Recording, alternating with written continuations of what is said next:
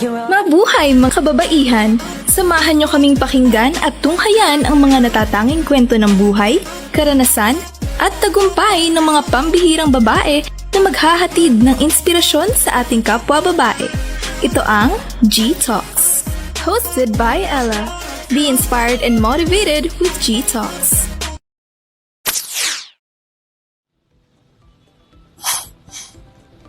Welcome to G-Talks. Ito pong ating 7th episode ng ating programang Hashtag G-Talks.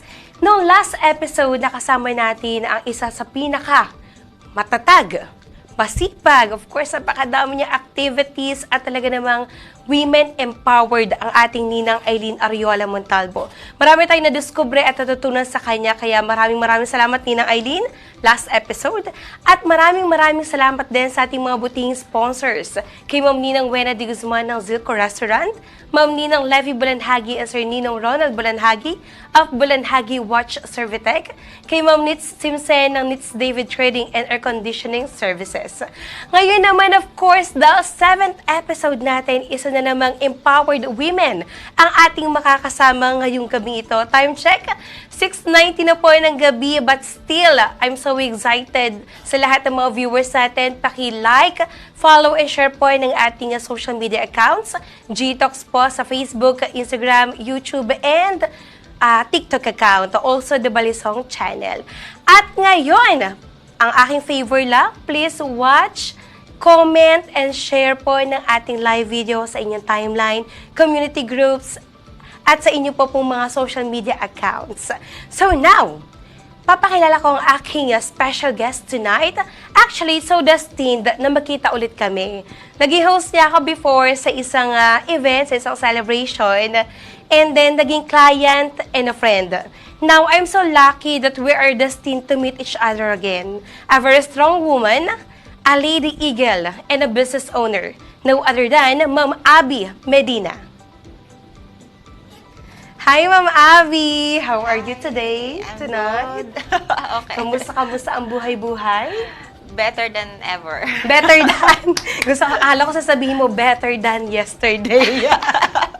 Okay, ngayon, Ma'am Abby, ready ka na ba? Yes. Yes. Nervous ulit. Maraming salamat muna, Ma'am Abby, kasi talaga namang yung sinabi ko, Ma'am Abby, ikaw yung guest ko for the next episode.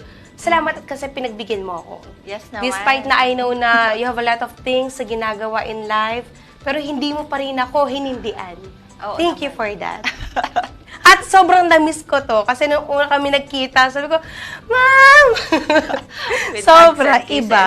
Yes, hugs and kisses at sobrang na-miss kita. Alam mo yan. Yeah. Kaya naman ngayon, I'm so glad dahil kasama kita sa ating programang Hashtag G-Talks. Ready ka na ba? Ready. Kaya naman sa ating first segment, ito ang ating tinatawag na Hashtag G-Stories.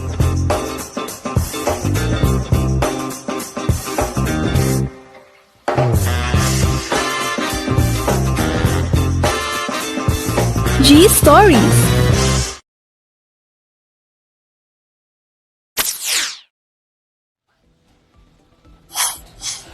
Welcome back sa ating programang Hashtag G-Talks. Ito ang ating first segment na tinatawag nating G-Stories.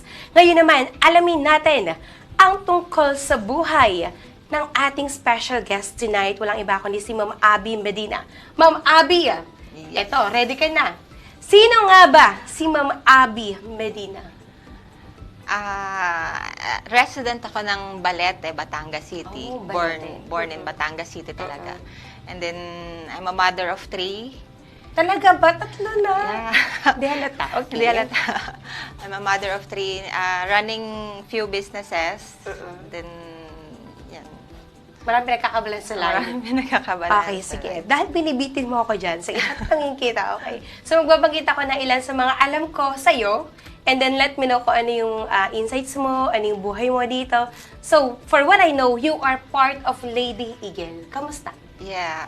Bago lang. Just last February, na-induct kami with my partner.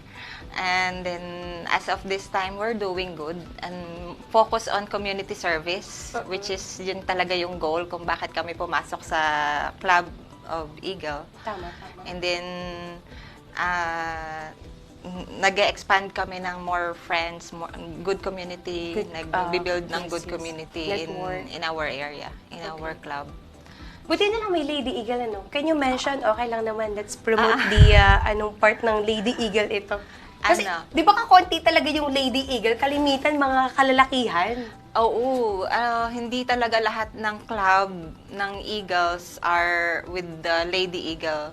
So, only few. So, swerte. Blessed kami kasi sa San Jose Maticas Meron. Club. Oh. Put up ng Lady Eagle. Led by Ate Gigi. Kasi Ate Gigi, yes. Yes. Sa interview ko before si Ate Gigi. Hi, Ate Gigi. Yun. So, si Ate G talaga yung naging president ng aming Lady Eagle Club in San Jose. So, we are part at SJMELC, so Lady Eagle Club. Ayun, o diba, sa Lady Eagle. So, tulad ng sinabi mo, humanity, service, community. So, yung meron sa Lady More, Eagle. yes. Okay. So, now, as a daughter, As a daughter, medyo hindi ako good, Ano?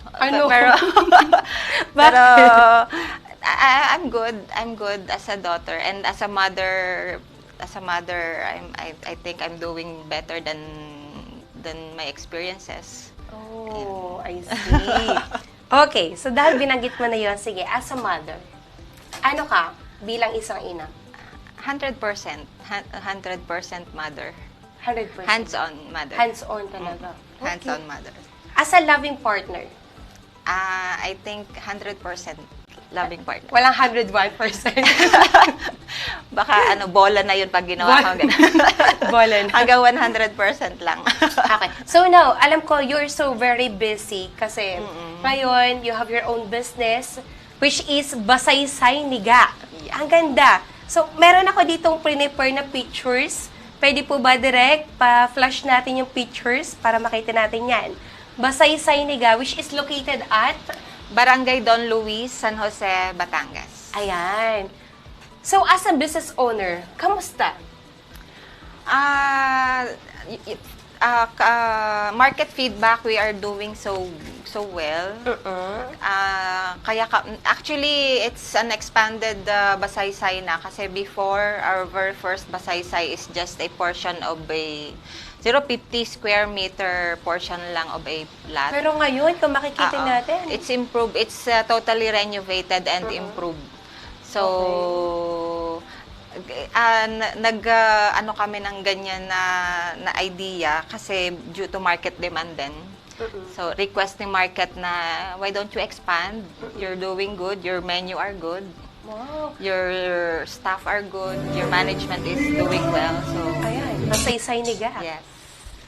At the same time, actually po, nakapunta ako dyan. So, natingnan ko yung masarap nilang biryani. Yeah. And of course, they have Unli Wings. Yes. Hindi ko pa natatry to. So, sa next kong pagbalik, I will try Unli Wings. Sige. Diba? Kasi you have a lot of flavors.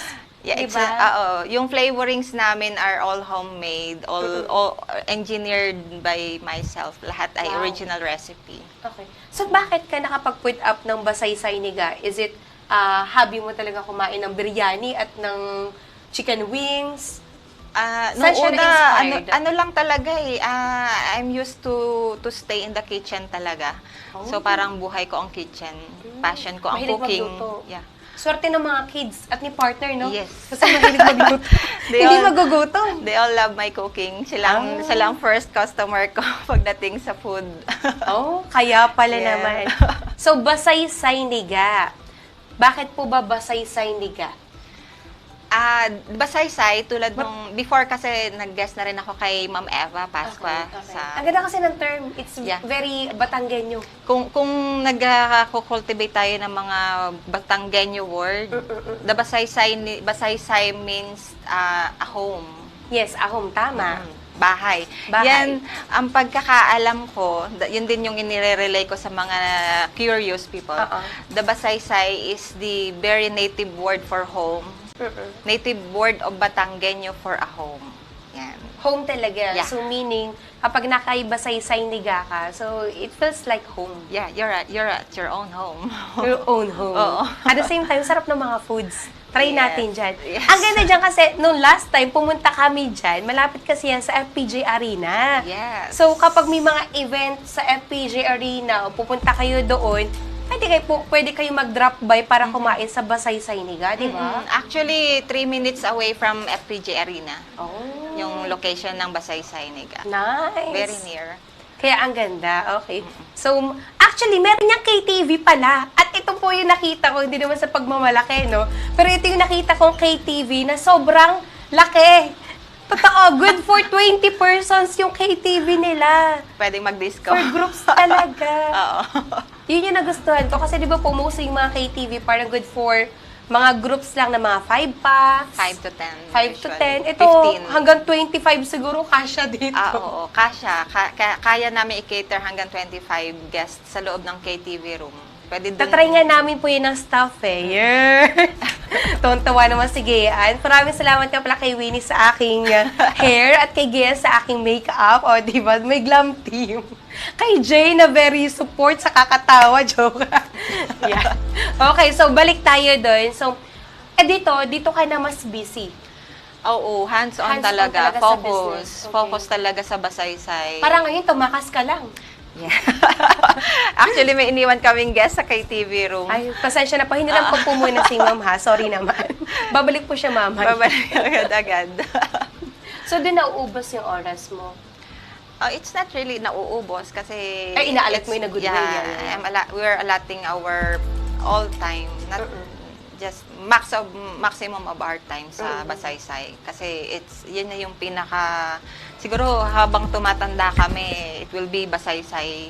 Okay. Hanggang sa maging lolo-lola kami, Basaysay pa rin. Basaysay. Yeah. So, yun na yung trend talaga. Oo. Okay. Yan na rin yung dream. Yan kasi yung dream life namin na nakikipagkwentuhan kami sa customers habang nagsiserve. So, parang ano yung objectives mo nung tinayo mo yung Basaysay Niga? Ano lang, magkaroon ka ng business at your own home comfort. Okay.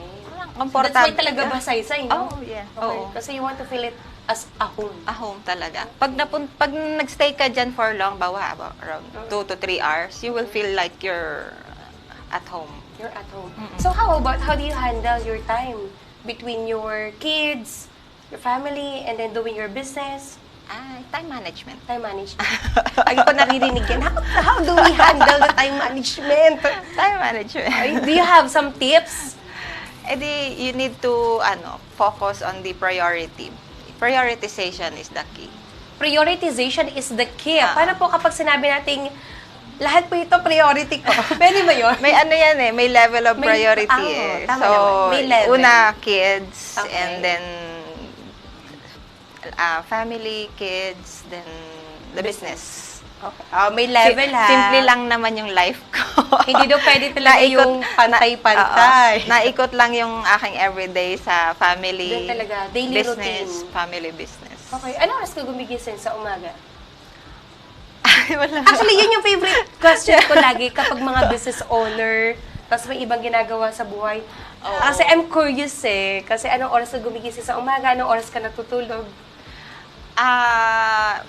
Kasi inaabot kami sa Basaysay ng 12 midnight up to 1 a.m. eh. Kasi Talaga ba? hanggang Ano inaabot kami operation ng hours niya? 10 to 10. Okay. But once na nasa Basaysay na ang customers and they are staying for until such time, we serve. Oh, nice. Maganda pala talaga sa Basaysay. Ganun. Ayan. Okay, so now, maraming salamat dahil marami ako natutunan sa iyo.